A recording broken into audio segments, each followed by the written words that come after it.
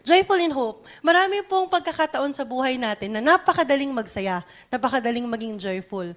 Di ba? At ang theme song nga ng Christmas usually talagang bukod sa, ano yun? Ang Pasko ay sumapit.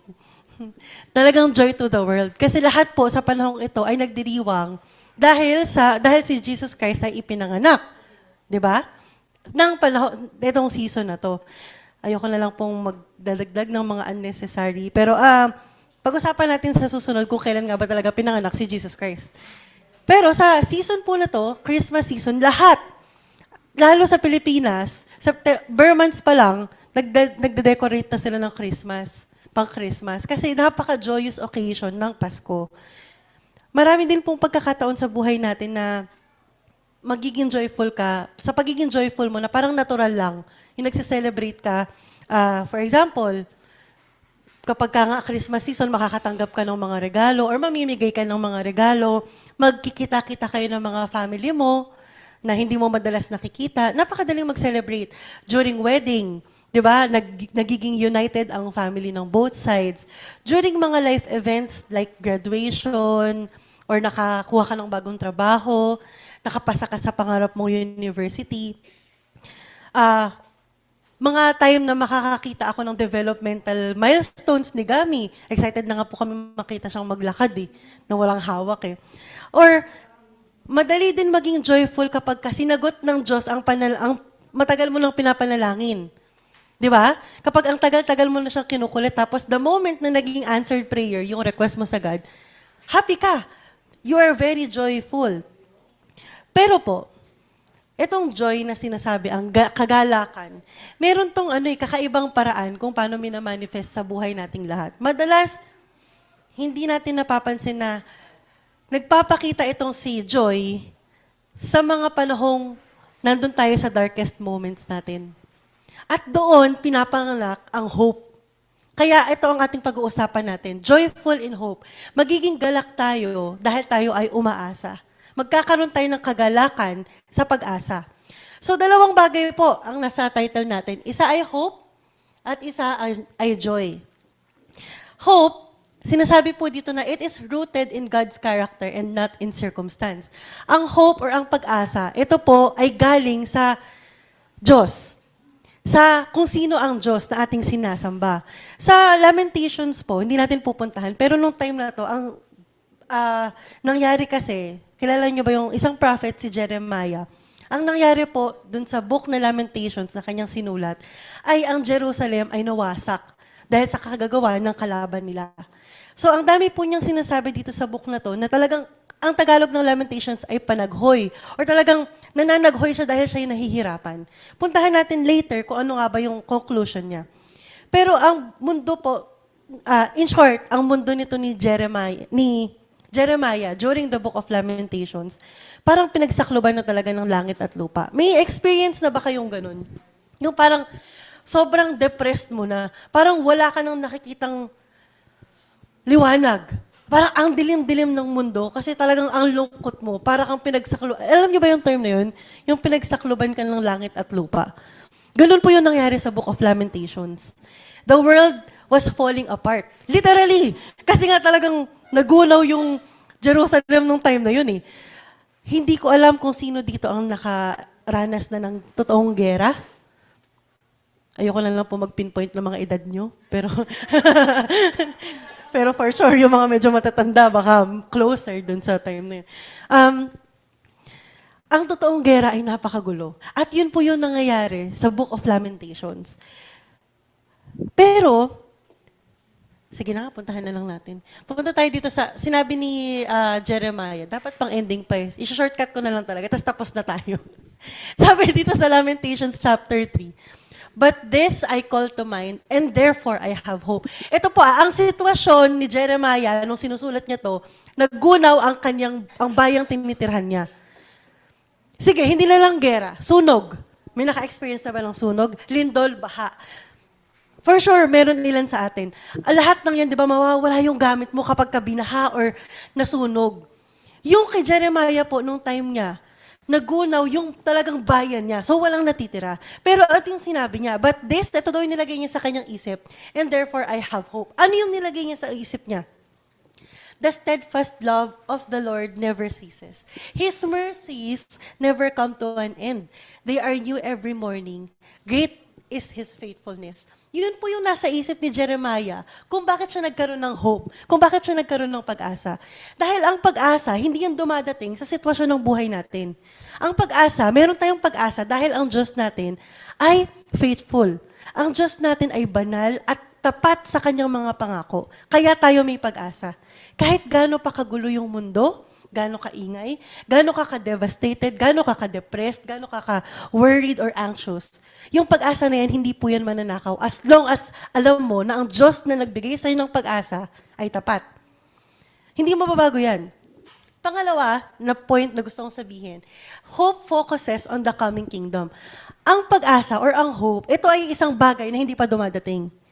'Di ba? Pagdating ng Kingdom of God, wala na tayong pag-asa, wala na tayong aasahan kasi nangyari na eh. Ngayon, meron ka ba, ang tanong ko sa inyo, meron ba kayong bagay na inaasahan na nangyari na? Wala. Kasi kapag nangyari na, hindi yan pag-asa. Tapos na yan eh. Ang hope na sinasabi sa Bible, this focuses on the coming kingdom. The kingdom is coming. Wala pa po dito ang kingdom. Wala pa yung sinasabi nilang heaven. Parating pa lang. Kaya ang hope natin na yan, ongoing pa. Di ba? So, una, hope is rooted in God's character and not in circumstance. And hope focuses on the coming kingdom. Pangalawa po dun sa ating title na word ay joy. Sino ba dito ang makakapagsabi sa akin kung ano ang ibig sabihin ng joy para sa inyo? Chicken joy. Jollibee. Sino dito ang gusto mag-volunteer, mag-share ng pinaka-joyful na nangyari sa buhay nila? Taas kamay. Ma, napaka-active. Bawal si Gami gamitin, ah. Bawal gamitin si Gami. Okay? Bawal sabihin si Gami. Akin yung kay Gami. Ma, anak mo rin ako! Charot. Joke lang. Sabi ko na nga, bawal tawagin yung nanay ko eh. Sino po dito ang gustong mag-share ng pinaka-joyful na nangyari sa buhay nila? Paano po yung mga magulang ng bagong kasal? Hindi ba joyful occasion sa inyo yun? Tita, may gusto kayong i-share? Joyful occasion. Baka wala yung kinasal. Ah, sige na nga, yung kinasal na lang. Bagong kasal din pala sila. Oo nga pala. So sila J.A. daw, isa sa mga joyful occasion nila ay nung kinasal sila. Siyempre, 1 month pa lang kayo, tignan nyo pag ano. Di, joke lang. Joke lang. Joke lang. Uy, napakasaya. Di ba, Arjun, no? O, sige. Isang joyful occasion daw is nung kinasal sila. Sinasabi po dito sa Bible na joy holds God's promises. Nagiging masaya tayo kapag alam natin na yung pinanghahawakan natin ay yung mga pangako ng Diyos. Dahil alam natin na ang pangako ng Diyos ay hindi nababali. Di ba? So kapag ka po yan ang nilagay natin sa isip natin, talagang magiging joyful tayo. Pangalawa, joy is possible because Jesus endured the cross. Alam niyo, hindi na ako nagbabasa ng notes. Talagang nagrarap na lang ako. Saglit lang, babasahin ko pa baka kami nakalimutan na akong banggitin. Okay. First is yung joy which holds God's promises. Nakalagay po sa Romans 8:18 na ang ating sufferings ngayon ay hindi maikukumpara sa darating na glory of God. Because, kanina tinanong ko kayo kung anong pinaka-joyful na occasion. Siguro pag tinanong ko kayo kung saan kayo pinaka-naghihirap, ang daming magsasabi. Isipin po ninyo yung pinaka-mahirap na sitwasyon na naging kinaharap nyo sa buhay nyo. Isipin nyo po ngayon yun. At sinasabi sa Romans chapter 8:18 na ito, it is not worth comparing to the glory that is coming. To the hope that is coming. So yung pinakamahirap na sitwasyon na pinagdaanan mo sa buhay mo, walang-wala po yan. Dahil parating na si Jesus Christ. At tuwing iisipin natin yan, tuwing naghihirap tayo, tuwing nahihirapan yung kalooban natin, hindi ba mapapalitan ng kagalakan yung puso natin? Ito po ang type of joy na ang isang tao ay makakapagpuri pa rin sa Diyos. kahit hirap na siya. So whatever season we are in, either we're celebrating or grieving or we are waiting, we can remain joyful because our God is faithful. Pangalawa nga daw po ay, joy is possible because Jesus endured the cross. Kung meron man sa atin na tao na talagang dumaan sa napakatinding paghihirap, hindi ba si Jesus Christ yun? Hindi ba si Jesus Christ ay namatay dahil nagkasala ako ngayong araw na to? Di ba? Every single time na tayo ay nagkakasala, si Jesus Christ ay namamatay sa krus. At kung sino man po dito ang nakapanood ng Passion of the Christ, nakita niyo kung paano pinahirapan si Jesus Christ doon? 30% lang po yun ng totoong nangyari. Mas mahirap pa doon ang nangyari kay Jesus Christ. Saan siya pinako? Dito. Hindi po dito dito walang buto eh. Dito po kung saan dumadalo yung ugat at talagang wala siyang, mamamatay na lang siya. Hindi lang isang kamay. Dito, 2 kamay. Sino dito ang na-paper cut na? Ang sakit, di ba? Mahiwa ka ng papel. Si Jesus Christ ay pinako sa wrist. Si Arjun, nasa yung wrist mo ngayon, pilay daw po siya, injured daw siya eh. Nilagyan niya ng salon pass. Ewan ko kung nag-improve. Pero gano'ng kasakit? Alam niyo, pag ng mga bata pa kayo, diba ginaganon niyo yung daliri ng yung mga kalaro niyo? Si Jay, ginaganon ko kasi yung daliri niya dati. Yung binabaliktad na ganyan. Di ba ang sakit? Hindi ko pa pinapako yung kamay ng kapatid ko noon. Pero paano si Jesus Christ pinako dahil nagkakasala ka? Dahil nagkakasala ako. Every time na magkakasala ako, si Jesus Christ ay pinapako sa cross. Hindi ba tayo mahihiyang magkasala na lang? Yet, yung ginawa ni Jesus Christ na yun, He did it joyfully. Because He knows that His Father has an ultimate plan. What is it? To save humanity. For the salvation. Ginawa niya yun joyfully, hindi dahil nag-e-enjoy siyang magpapako sa krus, hindi dahil natrepan niya lang, nasaktan siya ng mga Romano, kung sino mang Roman, yung mga officers na yan. Kundi ginawa niya yun nang may galak dahil alam niya na pagdating ng kingdom of God, siya ang magiging dahilan kung bakit, siya ang ginamit ng Diyos na dahilan kung bakit hanggang ngayon tayo ay may kakayanang maligtas. Hindi po dahil sa atin yun. Dahil yun sa Diyos. Kung ganun yung iisipin natin, hindi ko po sinasabing sa darating na Holy Week, tayo ay magpapapako sa Pampanga. Hindi po yun yung sinasabi ko. Kundi ang sinasabi ko, kahit tayo ay nahihirapan, kapag ang isip natin ay katulad ng isip ni Jesus Christ, na gagawin ko to kahit ako'y hirap na hirap, dahil ang aking Ama ay tapat. Mapapalitan po ng kagalakan yung puso natin. Kahit gaano pa yun kahirap. Hindi po sinasabi sa atin ng Diyos na tayo ay magiging, ano yung masochist ba yun? Yung gustong pinahihirapan? Hindi po yun. Hindi yun ang sinasabi ng Diyos natin. Kung hindi, joy is possible because yung pinakamahirap na pwedeng pagdaanan ng lahat ng tao ay napagdaanan na ni Jesus Christ. At dahil doon, tayo ay may pagkakataong maligtas. Ang daling sabihin, no? Pero hindi natin po siya laging nare-recognize eh. Hindi natin laging alam na, nagpapasalamat tayo ngayon kasi Thanksgiving natin ngayon. Pero not all the time. Kung tayo ay thankful, sino dito ang nagreklamo kahapon? Diba? Ay, alam ko kung sino yung mga nagreklamo kahapon nang galing ng airport traffic daw. Diba? Tita, kilala mo rin yun, no? May mga naringgan tayo ng mga reklamo kahapon. Tuwing tayo po ay nagre-reklamo, tayo ay hindi nagiging mapagpasalamat. Dahil yun po ang kabaligtaran ng pagiging grateful, pagiging reklamador.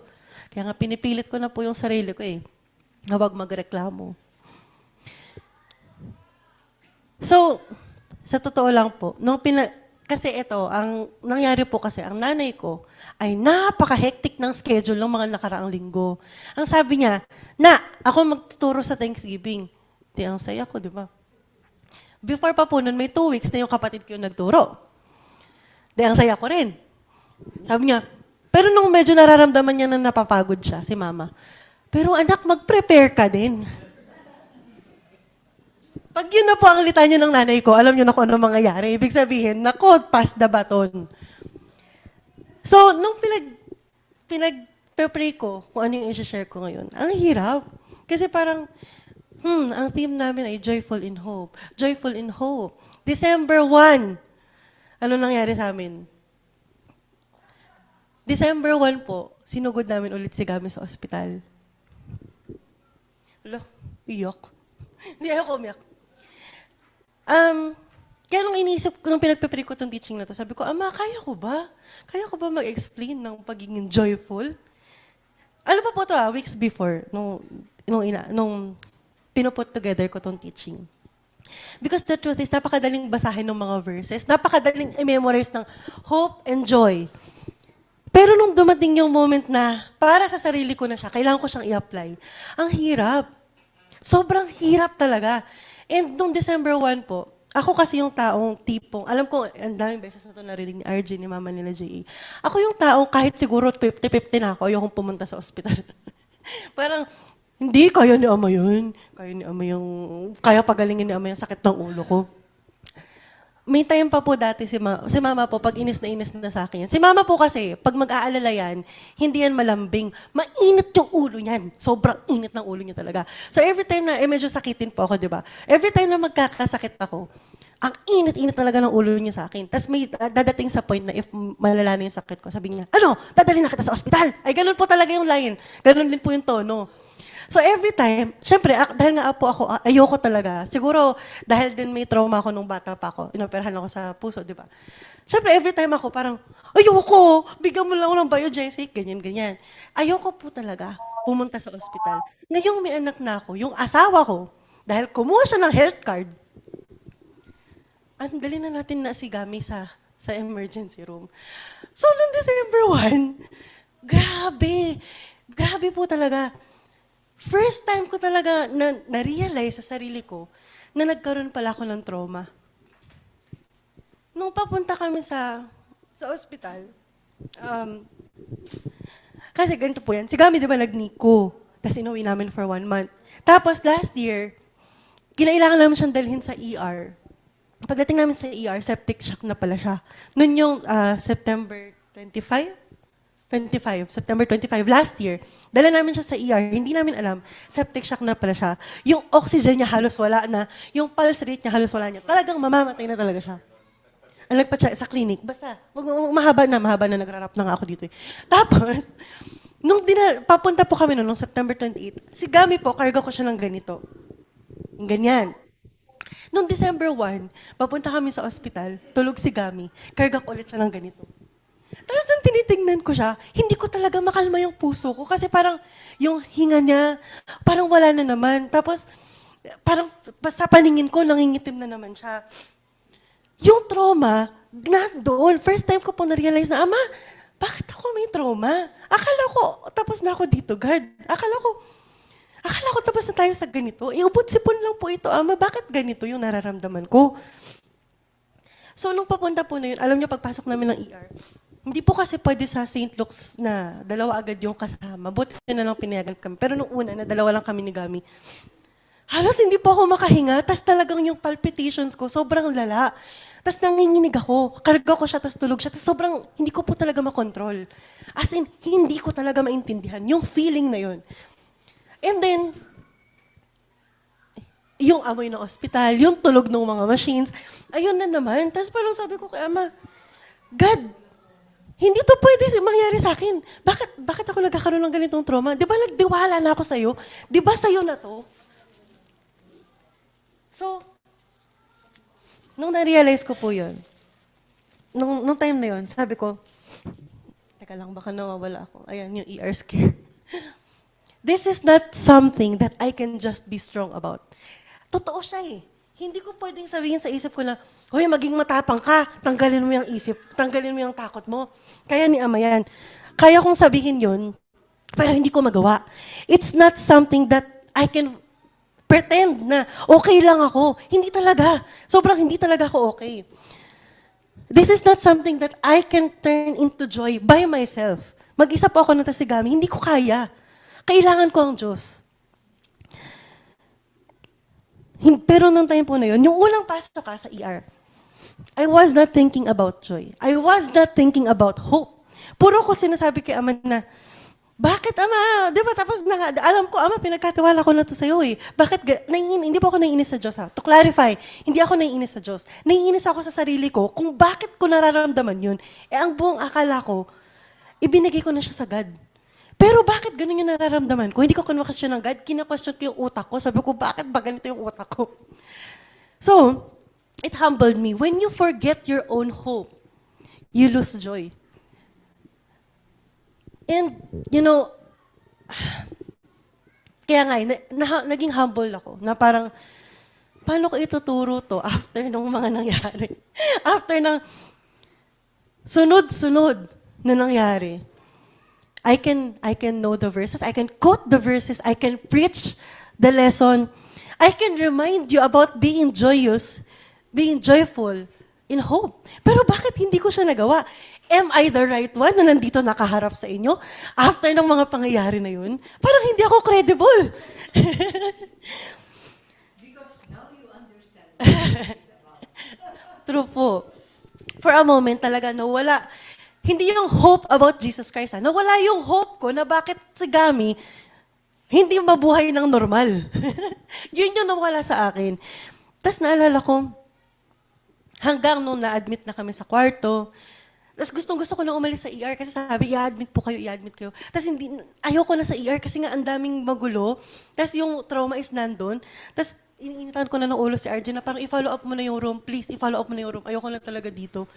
Si Arjen, sabi niya sa akin, galit ka ba sa akin? Sorry kung pinagdaanan mo to. Pero alam ko talaga na that's the right thing to do. Nadalhin namin si Gami sa ospital. Siguro, dahil nga, meron tayong innate rebellious nature, kaya ayoko. Kahit alam ko lang, kailangan siyang dalhin, ayoko talaga. Pero nung time na nandun na kami, napunta na po kami sa kwarto, tabi kami ni Gami sa kama. Alam niyo kung paano binago ng Diyos yung isip ko. He reminded me through memory na this time, almost last year, nakalabas na kayo ng ospital. Mas malala si Gami nun. Di ba? Doon lang po yung pagkakataon na nabago ko talaga yung isip ko. Sa tulong ng God. Pinaalala niya sa akin kung paano niya pinagaling si Gami step by step. Tapos ito, ubot sipon, pagdududahan ko na hindi kami makakalabas agad. Salamat talaga sa reminder through the Holy Spirit na parang kausap ako ng God na, uy, naalala mo ba last year? Parang ginanon ako ng Holy Spirit. Tapos sobrang pasasalamat ko talaga sa God. Naalala ko kung paano pinaglaban ng Diyos si Gami sa tiyak na kamatayan nung 2 beses siya na ospital. And yun lang talaga kung paano nabago ng God yung isip ko. I realized na the only reason I can hope again is because the God who gives hope has been faithful. Simula po nang lumabas si Gami sa tiyan ko. Ay, sa sinapupunan. Magkaiba ba yun?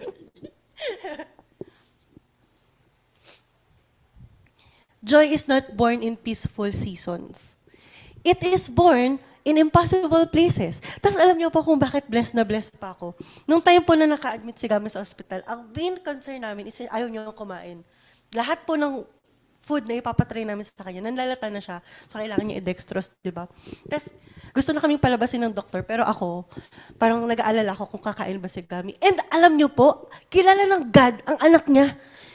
Of all menu na pwedeng ibigay ng ospital kay Gami, sinigang, yung favorite po niya sinigang pa, na nasa tuktok yung okra. Si Gami po mahilig siyang mag-grab ng mga food eh. Nung nakita niyo yung okra, alam niyo po kung anong ginawa niya. Kinuha niya yung okra, tapos kumain siya. Tapos parang ako, God, even yung, wala sa isip ko po yun at all. Kitang-kita ko talaga kung paano nag-work ang God. Through the little things. Na binigyan kami ng food, sinigang, tapos may okra sa tuktok na parang gustong sabihin ng God na huwag ka nang mag-alala, I got you. Tapos nung nakita niyo, okra talaga, promise, may video po ako, di ako OA magkwento, pero talaga kinuha niyo okra, kumain siya, and then, na-discharge po kami. Ang galing ng God na yung very tiny details about sa okra, talagang go. Talagang kasama pa. Di ba? So, nung time po na yun, sabi ko talaga, God, maraming salamat po.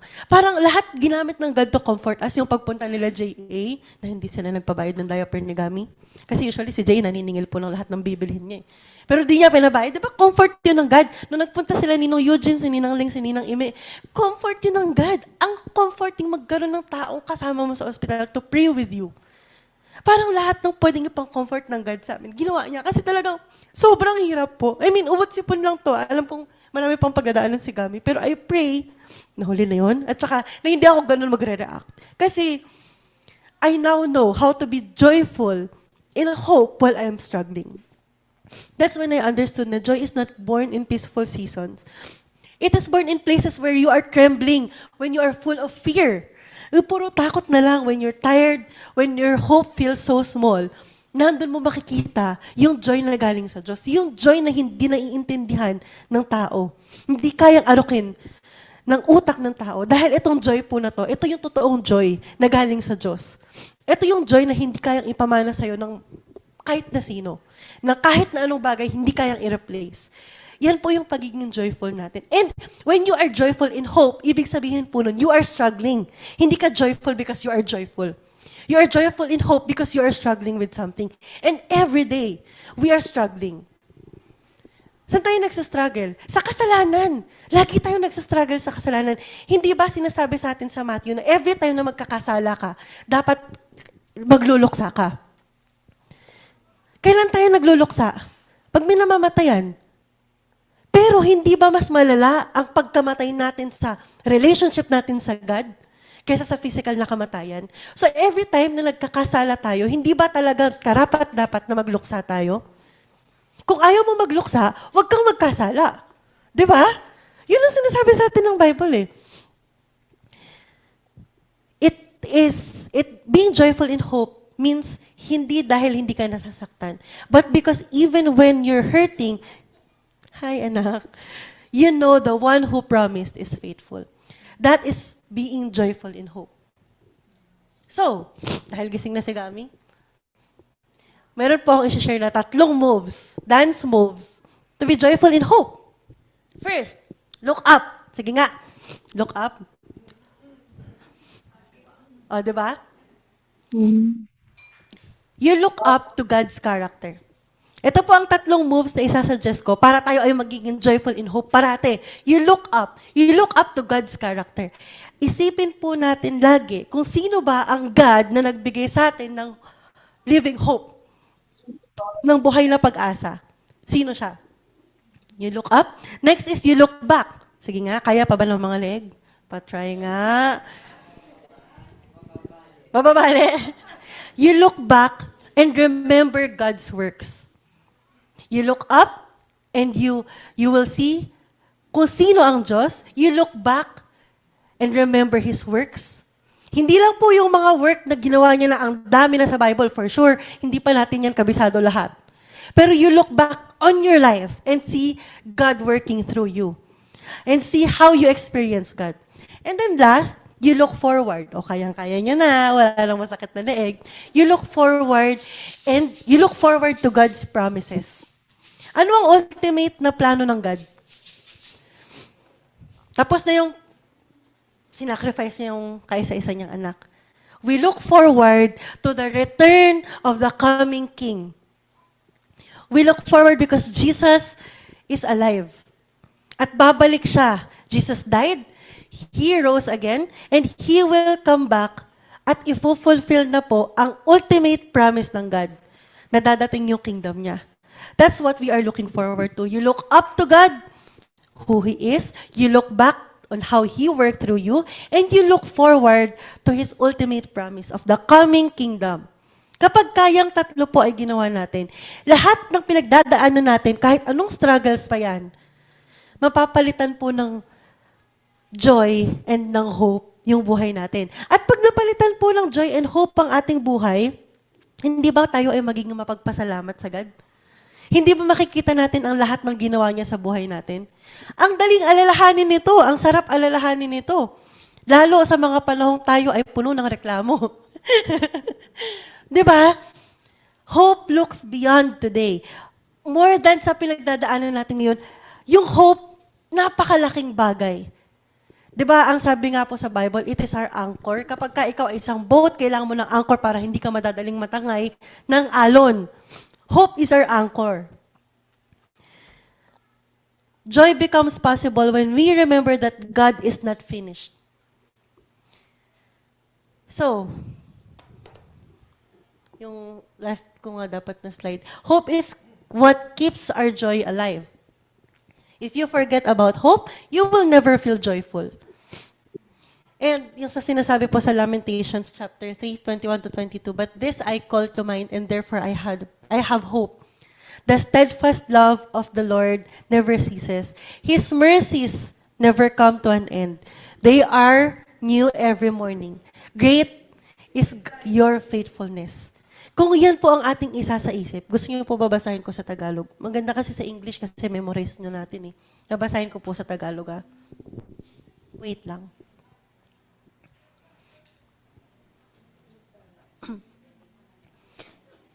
Lagi ko itong inaalala at ako'y, gayon man nanunumbalik ang aking pag-asa kapag kang naaalala kong pag-ibig mo, Yahweh, ay hindi nagmamaliw. Kahabagan mo'y walang kapantay. Ito'y laging sariwa bawat umaga. Katapatan mo'y napakadakila. Kung yan daw po ang ating maaalala lagi, it will be our foundation to a thankful heart. At kailangan natin every day, hindi lang po every Thanksgiving Day, na magkaroon ng thankful heart. So, my challenge for every one of us, when we fear, when we have fears, when we have doubts, when we have worries, when we have anxieties, or any other negative emotions, ang gagawin lang po natin, maglilista lang tayo ng isang faithfulness na ginawa ng, you name one past faithfulness of God He made in your life. Mag-isip lang tayo kung saan naging tapat ang Diyos sa buhay natin. Kahit gaano kasimple. Kahit ang ginawa niya is, may very important meeting ka, tas hindi ka na late. It's God's faithfulness. Di ba?